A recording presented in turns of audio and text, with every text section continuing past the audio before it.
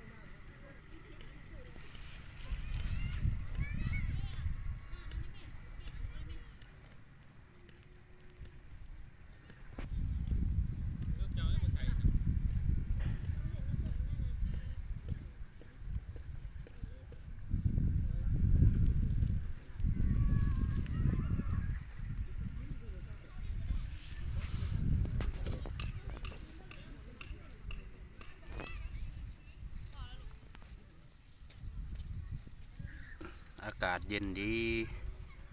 เบิ่งงัวเบิ่งควายกินหญ้านี่คักหลายพี่น้อง